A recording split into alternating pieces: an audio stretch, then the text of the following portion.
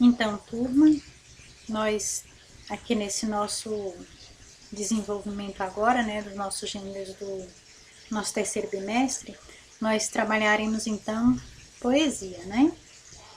Aqui na página 164 do livro de vocês, nós temos poesia e transgressão, na unidade 5. Então, o que nós aprenderemos com essa poesia? Nessa unidade nós iremos conhecer os sentidos e os sons explorados pelo poeta na construção do ritmo e da sonoridade de um poema. É uma das coisas que nós vamos tentar reconhecer. Identificar o que diferencia um poema de um texto em prosa. Será que existe alguma diferença? Compreender que é possível fazer poesia sem palavra, explorando a linguagem não verbal. Às vezes a pessoa acha difícil, né? Como uma poesia sem palavra, só usando a expressão verbal, aliás, a expressão não verbal, será que é possível? Eu já falei para vocês que a poesia também é uma arte, né? A poesia é uma arte, é claro que ela tem as suas limitações, porque cada arte também tem as suas limitações. Então, a poesia, muitas vezes, ela pode ter uma forma, vamos dizer assim, uma estrutura diferente. Vocês já devem ter visto em outras séries. Então, ela não é considerada um texto normal, porque ela já tem a sua característica própria. E muitas vezes a poesia, né, ou o poema, foge da norma padrão da língua portuguesa ou dos textos comuns, né? Então, ela não tem a mesma estrutura. Então, muitas vezes, ela também é uma arte. E pode ser essa arte, que pode ser identificada talvez numa foto, talvez numa imagem, né? Pode acontecer.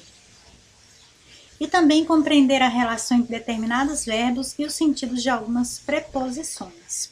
É claro que vocês já devem ter estudado verbos, vocês já devem ter estudado preposições. Caso não se lembrem, aí nós teremos que recordar, né? Se vocês olharem no livro, na página 164, nós temos uma imagem. Essa imagem, gente, ela está, na verdade, ela é uma coisa muito forte, né? Ela chega a ser um pouco grosseira, não negando que também seja uma coisa real, tá certo? Porque nós observamos um jovem de uma forma relativamente gradativa que vai sofrendo algumas transformações.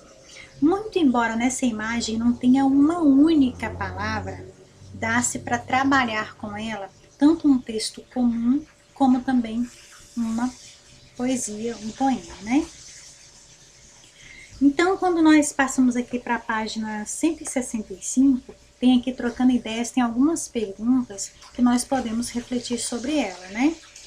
Só ressaltando que quando nós vamos falar de poesia, jogando aqui um pouco mais para frente, vai falar de um texto, olha só o gênero, poema, né? Que nós vamos trabalhar poema visual, caligrama, haikai, poema concreto e poema digital. Então, dentro de todo esse contexto aqui, nós iremos trabalhar esse poema aqui, poema em linha reta. Esse poema em linha reta, nós temos aqui a estrutura dele, vocês podem observar que ele é um pouco diferente daqueles poemas que vocês trabalham de uma forma tradicional, né? Só falando assim, só para vocês já terem uma ideia, uma noção do que será visto pela frente. Então, nós temos algumas perguntas aqui que serão respondidas por vocês, só para nós termos uma ideia. O grafite reproduzido, que é essa imagem aqui, né, tudo dá a entender que ela é feita grafite. Ele foi pintado em Campobasso, na Itália. O autor Blue é um artista argentino que tem obras em diferentes cidades do mundo. Seus grandes murais se destacam nos cenários urbanos por suas críticas engajadas. É interessante notar quando eu vi essa imagem aqui, eu não sei por qual motivo, eu imaginei que essa imagem fosse em São Paulo, ela estivesse gravada em São Paulo. Mas não é, e depois lendo aqui, na Itália, né? Então, nós temos algumas perguntas aqui que serão respondidas por vocês e aí depois nós iremos analisar as respostas, tá?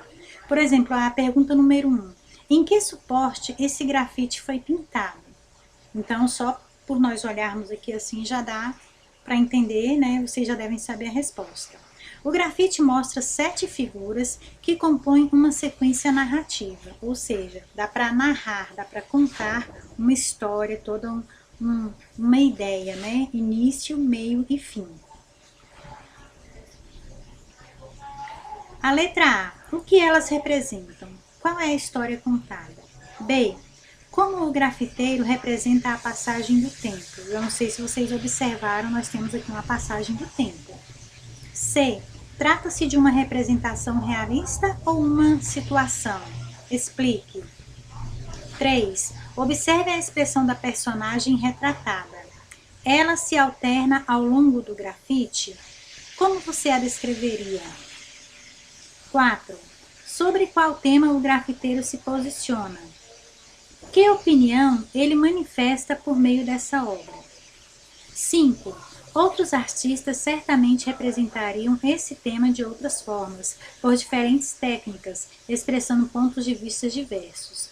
De que forma ele poderia ser representado? Então, nós vamos conversar mais um pouco, debater mais um pouco, e aí vocês terão tempo para nós fazermos aqui as nossas atividades.